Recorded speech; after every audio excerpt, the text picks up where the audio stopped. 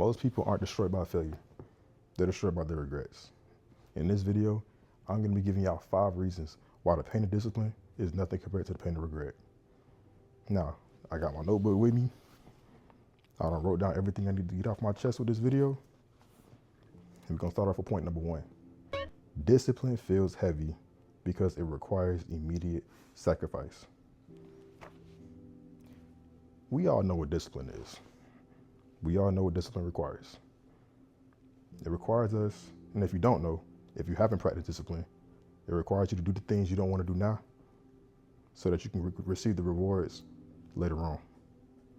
Now, you reap what you sow. If you don't do what you got to do now, you can't expect to accomplish your goals later.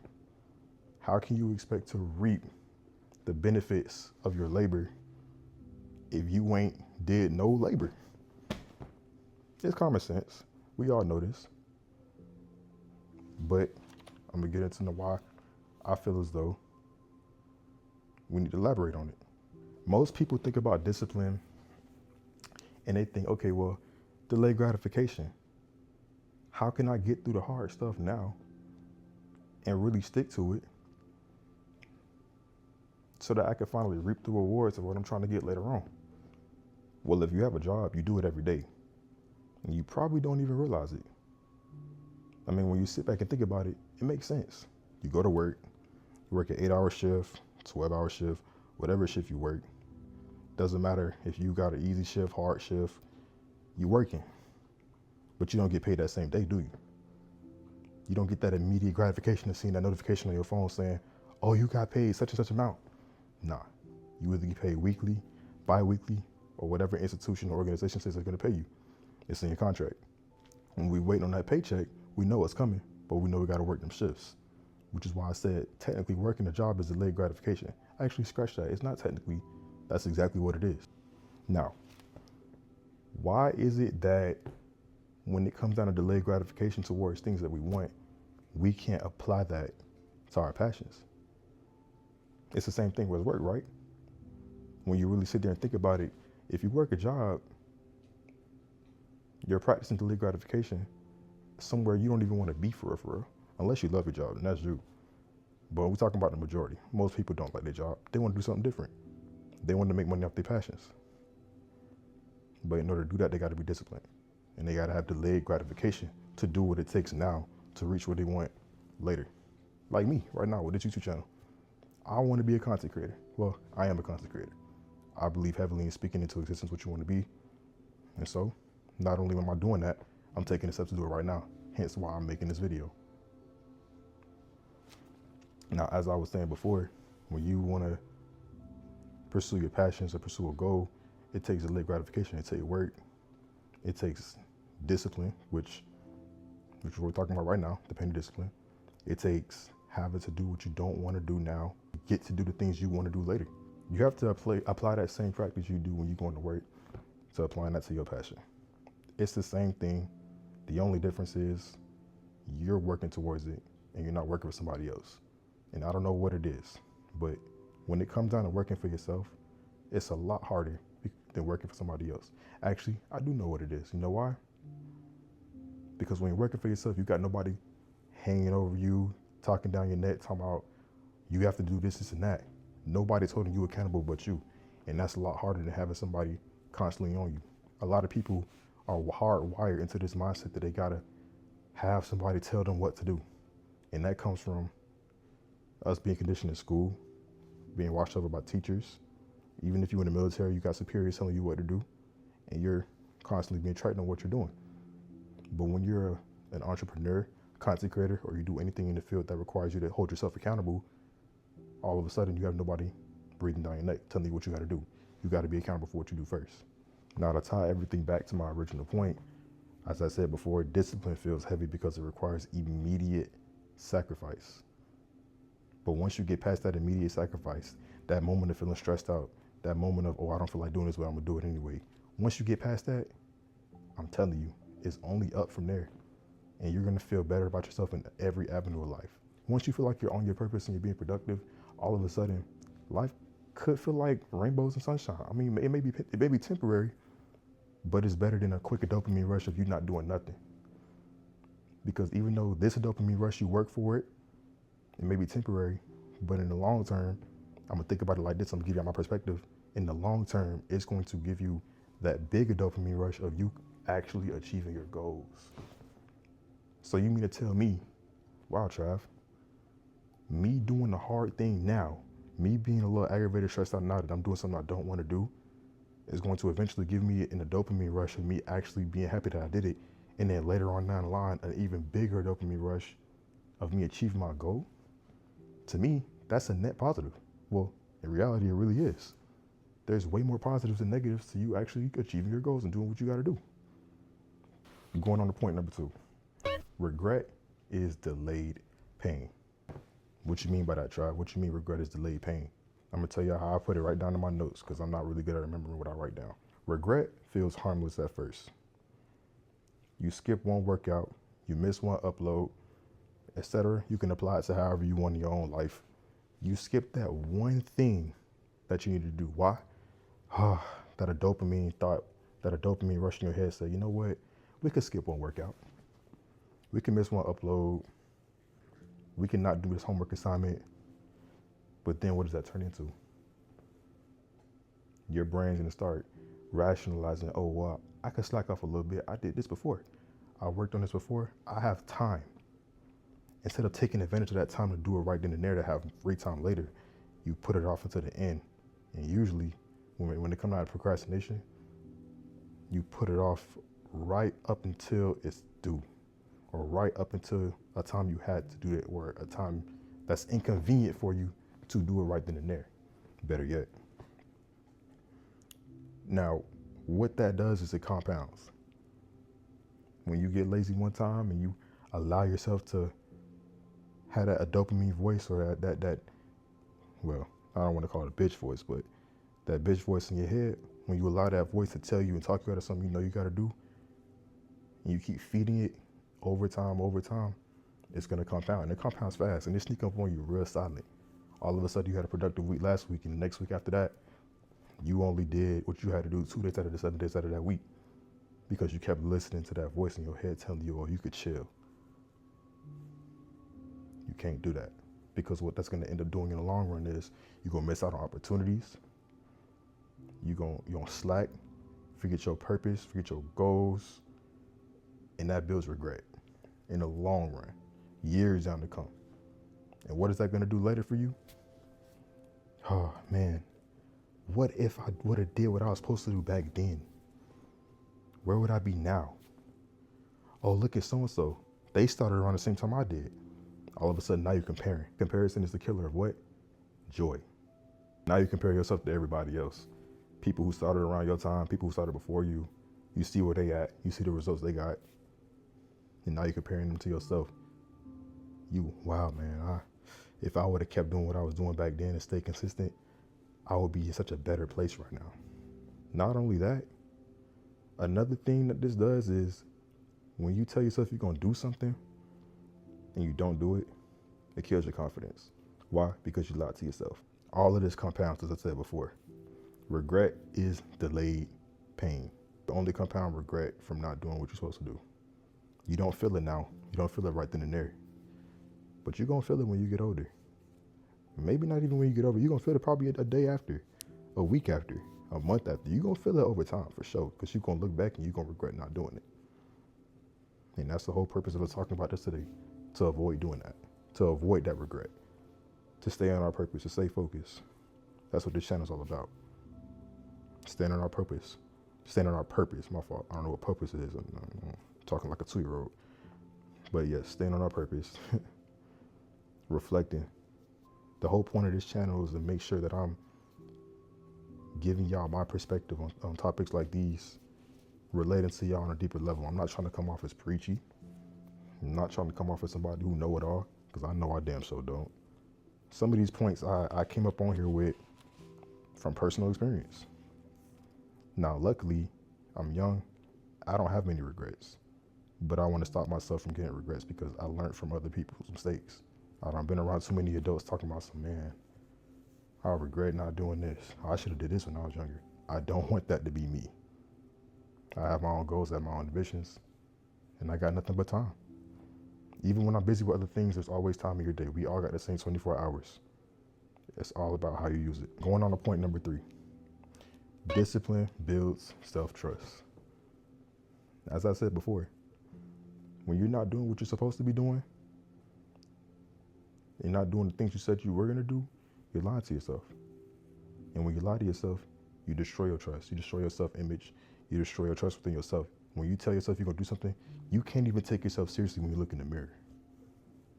So with point number 3 saying discipline builds self-trust, that's the complete opposite. Discipline helps train your mind. All those lazy habits, the procrastination, the, oh, I'll do it later. Discipline gets rid of all that. But in order for you to reap the benefits of discipline, you have to do the hard things first. Remember what I said, doing the hard things first and reaping the benefits later, and how the benefits compound when you start doing the hard things first. This is one of them. Help train your mind positively. You're building a better self-image of yourself. When you say you're going to do something, you not only believe yourself in spirit, but your mind subconsciously believes you. Because why? Evidence of you doing it in the past. When you sit there and you have the discipline to do something and you actually do it, next time you tell yourself, oh, I'm going to do this, I'm going to do that, you're going to believe yourself subconsciously. You're going to have the confidence to do it, and you're going to execute it a whole lot easier than you doing it the first time, trying to build that confidence. And then over time, it's also going to compound in terms of ambition.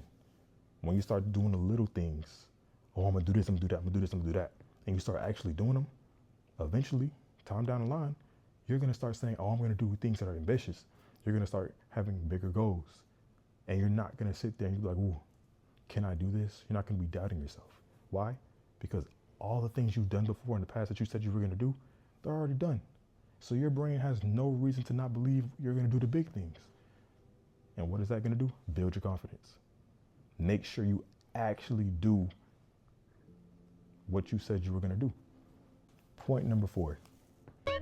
Regret creates mental loops. Now, what do you mean by regret creates mental loops? As I said before, regret causes you to replay old memories. It causes you to think about things you should have done, choices you should have made. It's almost like playing a video game in a way. In your head, you're time traveling back to a time where you were at a crossroads. You could have did what you said you were going to do, or you did what you felt like doing in the moment. That likely wasn't good for you. And let's say if you're thinking back on this, if you're reminiscing back on these options, if you're reminiscing back on this crossroads, chances are you did what you wasn't supposed to do. Hence why you're thinking back on it now. You're living in the past and not in the present moment.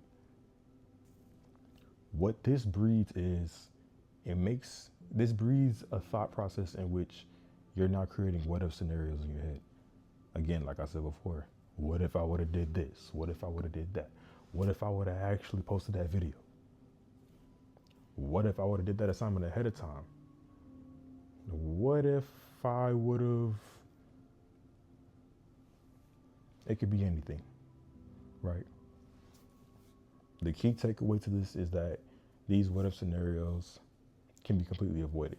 It doesn't do you no good thinking about them because, again, living in the past is not a way to live at all. So the best thing to do to stop yourself from living in these what if scenarios is to make the right decision then and there. Every little thing you do compounds, whether it's negative or positive. You're building a future you in the active moment, in the present moment. So it's all up to you. Your future is dependent on what you do now. Another loop or mental loop that regret can cause is resentment. Not resentment to anybody else, but rather, more importantly, resentment to yourself. And resentment to yourself is a whole lot more lethal than resentment to somebody else. If you resent yourself, again, that confidence out the window, that being able to look at yourself in the mirror and take yourself seriously, that is a big thing, especially if you're a man. Because if you don't take yourself seriously, nobody else will take you seriously. And as a man, you got to make sure you have respect. People must respect you. And if you don't take yourself seriously and then nobody else take you seriously, you don't have any respect. All these things play All these things play into each other. It's all tied and connected. Do not put yourself in a situation to resent yourself. Luckily, I haven't gone that far down that road. Whenever I procrastinate or not do what I'm supposed to do, I make sure I always come back. As far as resentment goes, I've never been down that road, thankfully. I'm always making sure I bounce back from my mistakes and learning from my mistakes, and really trying to do these things at an early age so that when I get to my late 20s, I won't have to worry about going through these things. I mean, yeah, it's all a part of life, but we can learn. And learning early on, being ahead of the game is always a great thing. The last mental loop that regret can cause is, well, I don't want to call it a mental loop, but it can invoke envy in some cases. Now, if you're in your word and you're aware of the 7 deadly sins, envy is indeed one of the 7 deadly sins. Being envious of others is a very ugly thing. And regret can cause you to envy somebody else when you haven't did what you were supposed to do, and you've seen somebody else who did exactly what they were supposed to do, and they were on a similar path as you. Going back to what I said about comparing yourself to others, not only did it just kill your joy, but now you're envious of that person. Not because they did anything to you, but because you didn't do what you were supposed to do, and you've seen that he did, and he got the results you wanted, and you're not in the place you want to be. Why? Because you didn't work for it. You didn't do what you were supposed to do. You succumb to your dopamine. All those quick little dopamine rushes. You scrolling on TikTok. Consuming content that wasn't good for you. Doing things that was wasting your time. And in the future, I'm going to make a video about entertainment. I truly believe that entertainment is designed to distract the masses. And that is exactly why the majority of people never reach their true potential, because there's so much distractions and entertainment out in the world limiting people. And if people don't know how to limit their distractions and limit the entertainment they consume, it keeps them away from their purpose. But back to what I was saying about envy. First off, don't ever be envious of nobody else, no matter what. You have yourself to blame for where you are in life. You could be in a great part of life because of your decisions, and you could be in a horrible part of life because of your decisions. Either way, it's up to you. And being envious of somebody else, that's lame. That's weird. Don't do that. It makes you an uglier person inside. Another important quote that I want to share with you all. Time will pass whether you act or not. The difference is whether you recognize yourself afterward. I feel like that was pretty self-explanatory, but for those of you that want me to elaborate more on that, no matter what happens, no matter what you do, time is passing. Time is ticking. We all have the same 24 hours in a day, and we can't get it back. What you do with your time during that day is going to influence how you are in your future. As I said before, you do things that's going to help you in your future. Years come by, you're going to be in positions you never thought you would have been. They're going to be way higher than you thought way farther than you thought you ever were going to be. But on the flip side, if you do things you know is not benefiting you, well, don't be surprised when you end up in somewhere, or you end up in a place in life where you don't want to be at.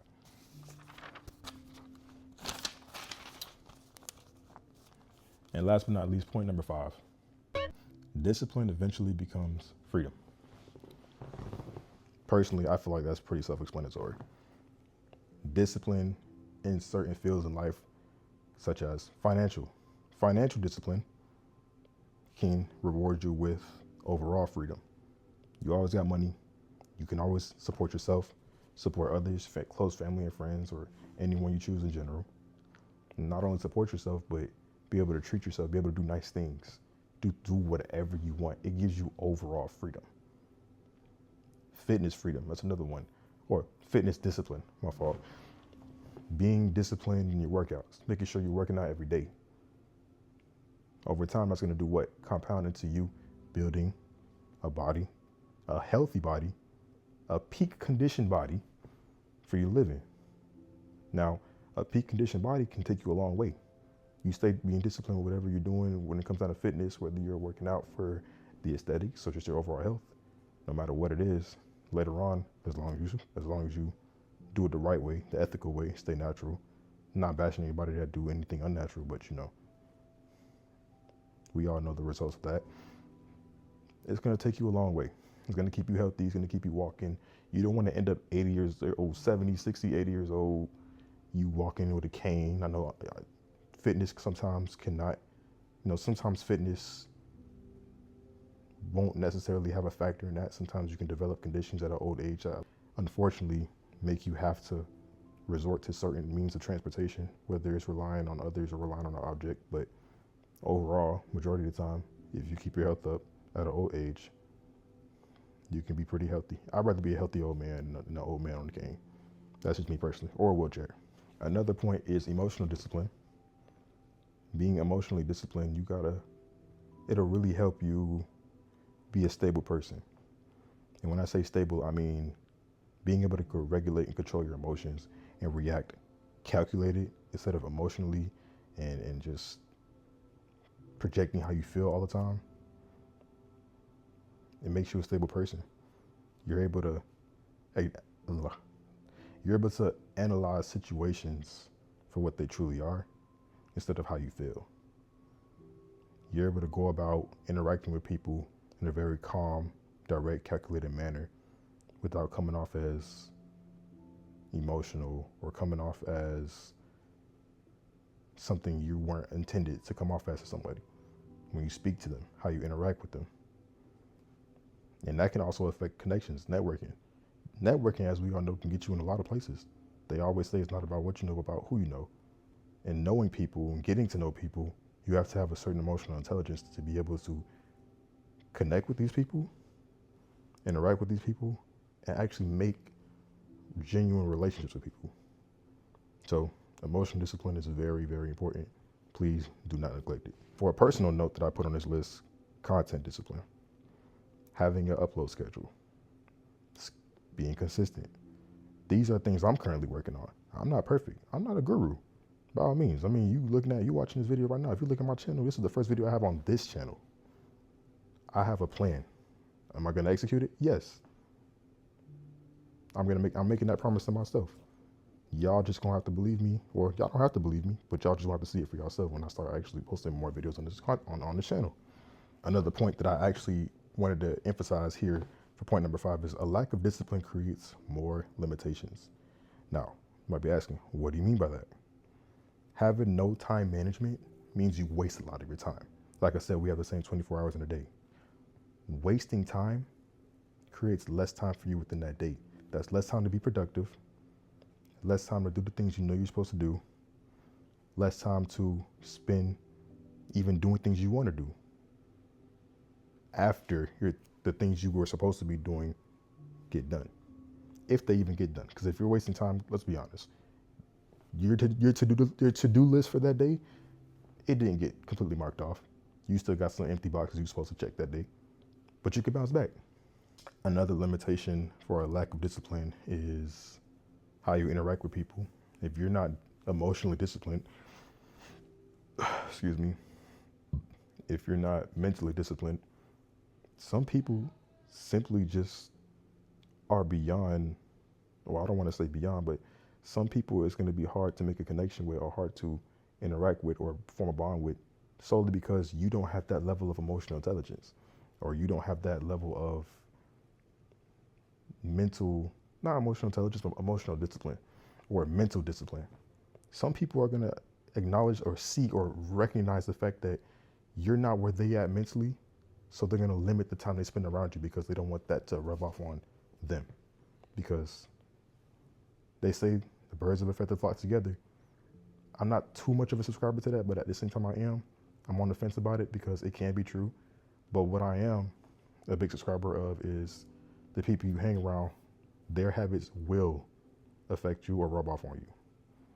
So, and the people who are disciplined, the people who are about their purpose, and they see that you're not somebody on their level or not somebody that is beneficial to hang out with, they're going to notice that.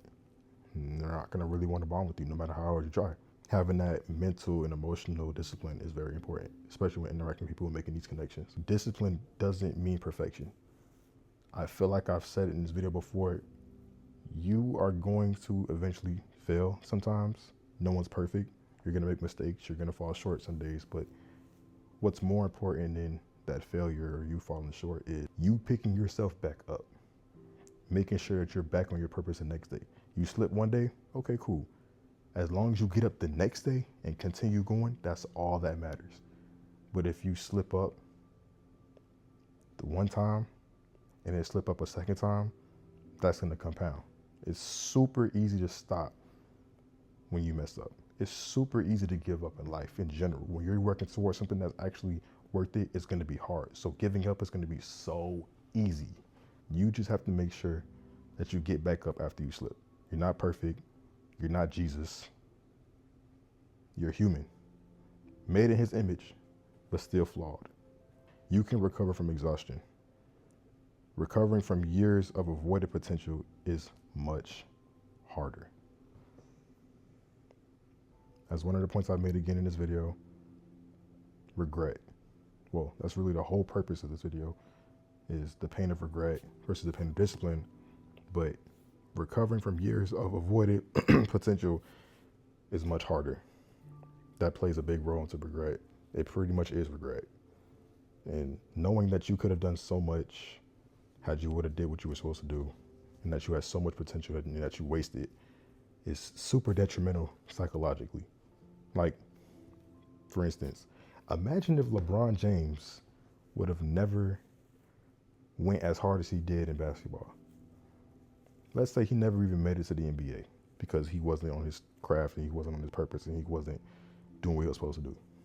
Can you imagine if LeBron James never would have did what he was supposed to do? You can't imagine the league without LeBron. What the league would look like now without LeBron would be drastically different. Imagine if LeBron was sitting there, man, I could have been one of the greats, but I just didn't do what I had to do. What? If God were to show you who you would have been if you would have continued doing what you were supposed to do, you would be sick to your stomach, because all of us are filled with limitless potential. We can do great things, whatever we put our mind to. But all it requires us to do is do the things we need to do despite how we feel about it. Discipline. The pain of discipline is nothing compared to the pain of regret.